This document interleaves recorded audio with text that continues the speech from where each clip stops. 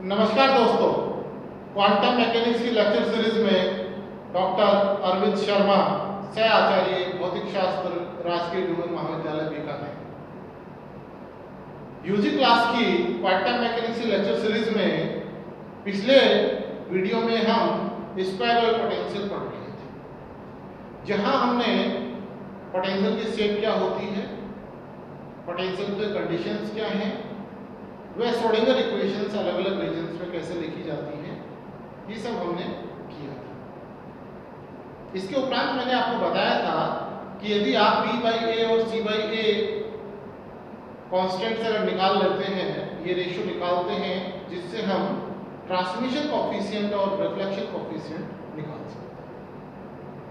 तो वो कैलकुलेशन आप इजीली कर सकते हैं, क्योंकि हम पहले रेक्टेंगुलर पोटेंशियल बैरियर में भी इस तरह की कैलकुलेशन कर चुके हैं। एल्जेब्रिक इक्वेशंस हैं जो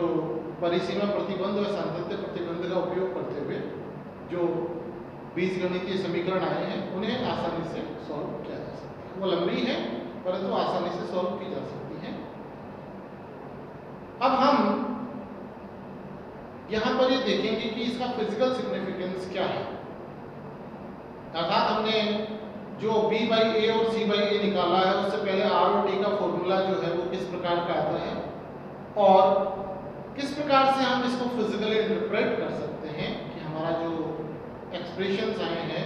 उनका फिजिकल इंटरप्रिटेशन क्या, भौतिक अभिप्राय क्या है, और उनका हम नेचुरल जो डिवाइसेस हैं या नेचुरल थिंग्स हैं उनमें हम उनका एप्लीकेशन कैसे कर सकते हैं, एक एप्लीकेशन आपके उसमें समझाया हुआ है। तो सबसे पहले हम ये देखते हैं कि स्क्वायर वेव पोटेंशियल में जो t का मान आता है, अर्थात t अर्थात ट्रांसमिशन कोएफिशिएंट, पारगमन गुणांक का जो मान आता है, जैसे कि हम हमेशा निकालते हैं, यदि हम आपतित प्रायिकता धारा घनत्व और पारगमित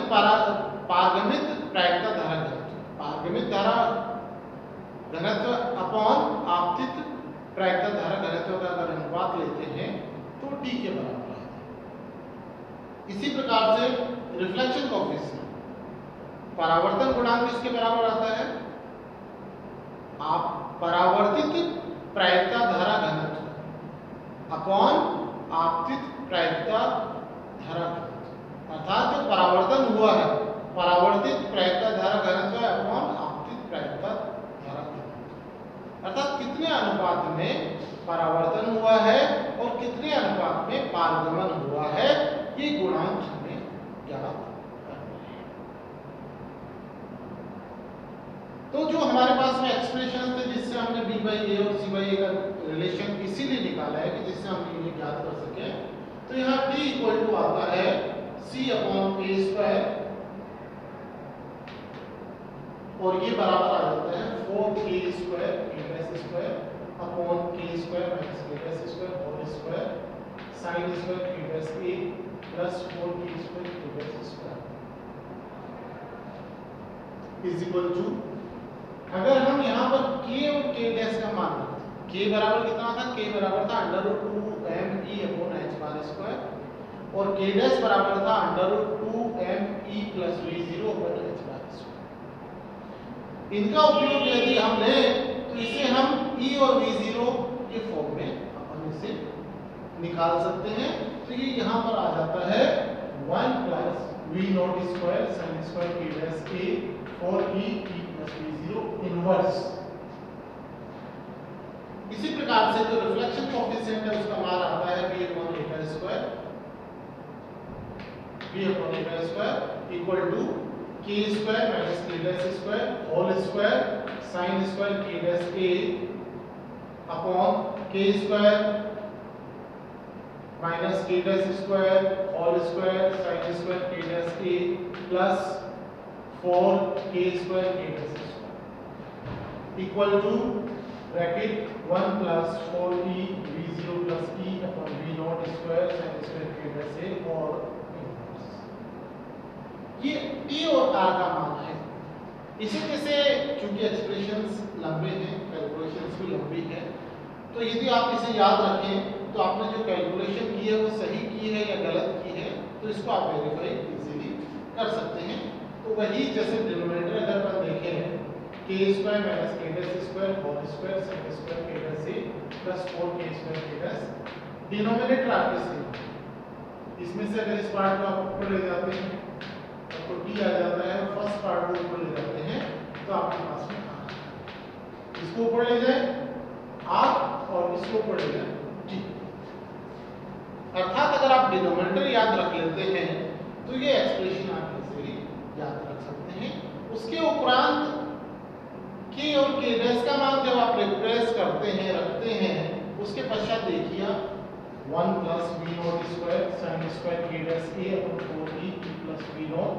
whole inverse 1 plus 4e v not plus e upon v not square sin square k dash a whole inverse. यहां सिंपली ये रिवर्स हुआ है। ये पार्ट था पहले आप r को याद रखें। मैंने t को इसलिए ऊपर रखा, t महत्वपूर्ण पार्ट है, t को अपन आगे प्लॉट भी करेंगे। r और t दोनों को कर सकते हैं, वैसे कोई दिक्कत नहीं है, परंतु जो इसमें जो मेन पेपर था जिसमें पारगमन गुणांक अर्थात पारगमन गुणांक को एक्सप्लेन किया गया था ट्रांसमिशन कोएफिशिएंट को, तो दोनों ही चीजें एक्सप्लेन की जा सकती हैं। इसे याद रखेंगे तो इसको सिर्फ यहाँ पे रिवर्स करना है। तो इस प्रकार से आप r और t का एक्सप्रेशन आसानी से कैलकुलेट भी कर सकते हैं और इसको याद रखने की कोशिश भी कर सकते हैं, याद हो सकता है कोई। इसके पश्चात एक्सट्रीम कंडीशंस अपन देखिए कि हम ये देखना चाहते हैं कि t का मान 1 क्यों नहीं है, या t का मान 1 नहीं है तो किसके बराबर है और किन फैक्टर्स पे डिपेंड करता है, कब 1 हो सकता है। क्योंकि हमने देखा कि आपतित जो तरंग है, आपतित जो कण है उसकी ऊर्जा की जो विभव है, विभव के मान से अधिक है, तो अर्थात पूर्ण पारगमन ट्रांसमिशन संभव होना चाहिए था, परंतु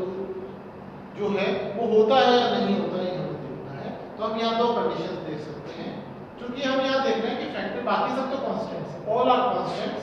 सिर्फ आपके पास में जो साइन फैक्टर है यहाँ वेरिएशन आ सकता है कि k डैश a,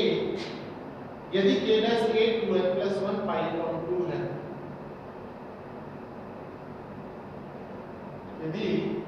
आपके पास में k डैश a आपके पास में 2n प्लस 1 पाई अपॉन 2 है, उस स्थिति में साइन k डैश a बराबर plus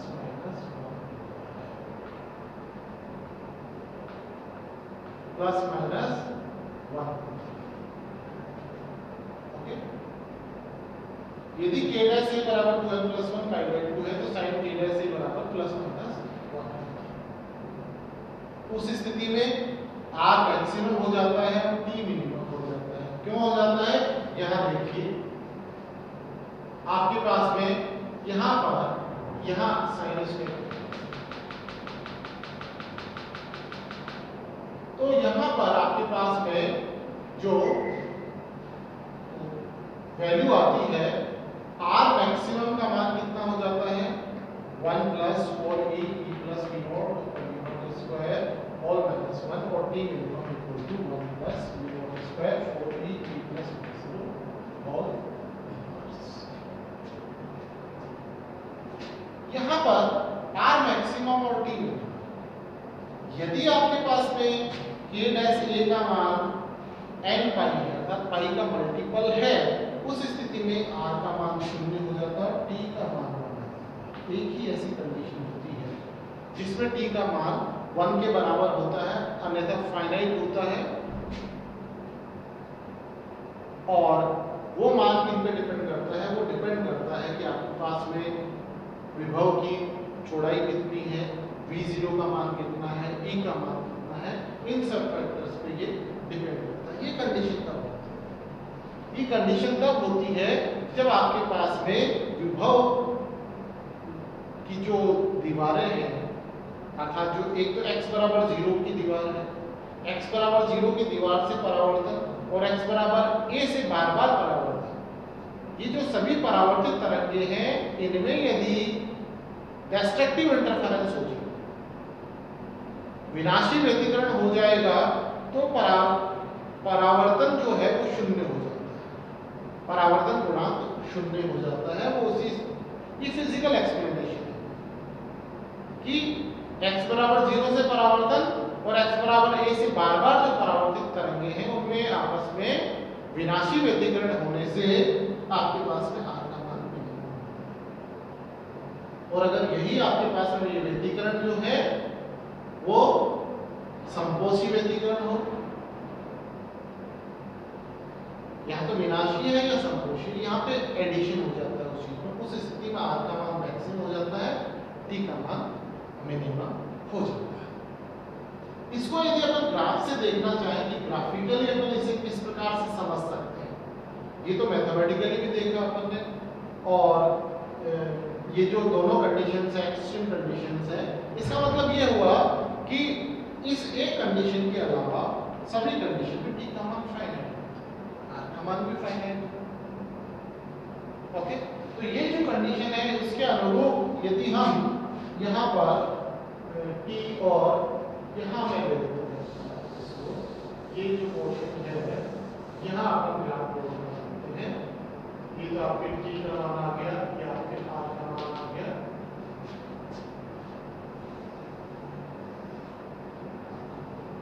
t upon v0 versus t oblique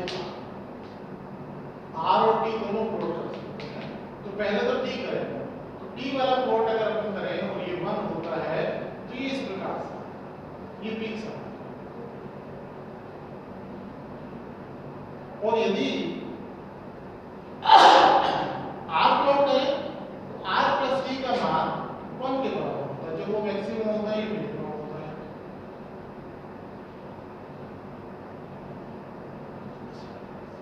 ये तो आपके पास में हो गया, ये हो गया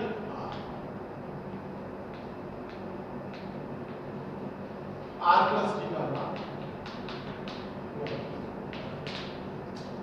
इस प्रकार से हम देखते हैं कि जो ये पॉइंट्स हैं ये पर्टिकुलर वैल्यूज पर डिपेंड करते हैं कि किसके बराबर आएंगे, और ये पॉइंट्स इसके n के अलग अलग मान के लिए अपन इजीली इसे कैलकुलेट कर सकते हैं। तो मैथमेटिकली हमने देखा और कंसेप्चुअली भी हमने देखा कि इसका फिजिकल सिग्निफिकेंस क्या है।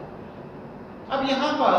जो इसका नेचुरल फिनोमेना में उपयोग है, तो इसका रिसर्च पेपर जैसे कोई भी ये सब रिसर्च होती है एक्चुअल में, ये जो भी चीज़ें आप पढ़ते हैं ये जो भी साइंटिस्ट ने अपने रिसर्च पेपर्स दिए थे उनका निचोड़ या हमको थोड़ा सा सरलीकरण करके आपको समझाया जाता है। जो बहुत पुरानी रिसर्च हो जाती है वो धीरे धीरे नीचे की क्लासेस में आने लग जाती है, क्योंकि हर इन्वेस्टिगेशन जो है वो रिसर्च के थ्रू ही हुआ है। जैसे आपने न्यूटन का नियम पढ़ा, कूलम का नियम पढ़ा, जो स्मॉल से स्मॉल चीज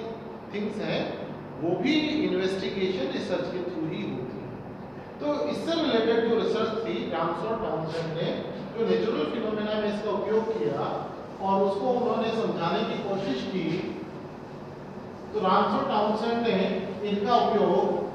जो आपके इनर्ट गैसेज होती हैं, निष्क्रिय गैसेज होती हैं,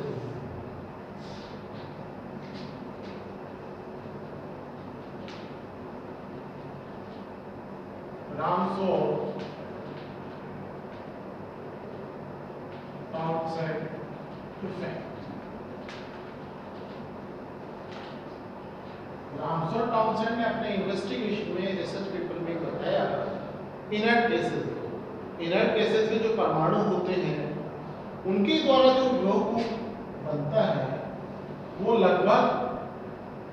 1 एंगस्ट्रॉम चौड़ाई वाले विभव की स्थिति छू सकते हैं। ये विभव कहां से बना हुआ है? इनर्ट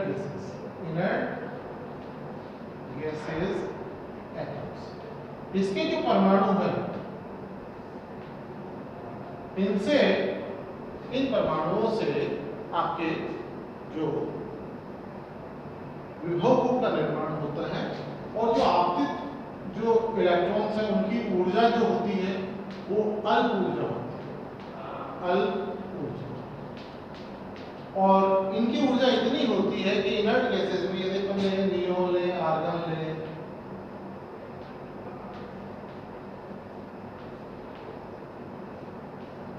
इस प्रकार की यदि गैसेस लें तो यहाँ पर पारगमन गुणांक, जैसे हमने देखा था कि पारगमन गुणांक की जो रेजोनेंट पीक्स, जो हमारे पास में क्या था, जब अपने पास में k डैश बराबर n पाई था, रेजोनेंस थी, ये रेजोनेंट पीक्स आपको मिल रही थी पारगमन की जो अनुनादी जो पीक्स हैं वो रामसर टाउनसेंड ने इस प्रयोग में प्राप्त किए। यदि इनर्ट गैसेस के जो परमाणु थे उनका स्क्वायर वेल के अकॉर्डिंग लेके जो आपतित जो इलेक्ट्रॉन्स हैं वो अल्प ऊर्जा के लिए, तो उनमें इस प्रकार के अनुनादी पारगमन पाया गया। और ये प्रायोगिक प्रमाण था इस प्रकार का जो थ्योरेटिकल रिसर्च। एक्चुअली में दो तरह की रिसर्च होती है, एक तो होती थ्योरेटिकल, सिद्धांतिक रूप से सिद्ध किया जाता है, दूसरा होता है एक्सपेरिमेंट। तो जो पहले हम कर रहे थे वो थ्योरेटिकली, थ्योरेटिकली जो हमारे पास है फंडामेंटल प्रिंसिपल्स है उनके आर्गुमेंट को काम में लेते हुए हम किसी चीज को समझा पाते हैं, नहीं समझा पाते। दूसरा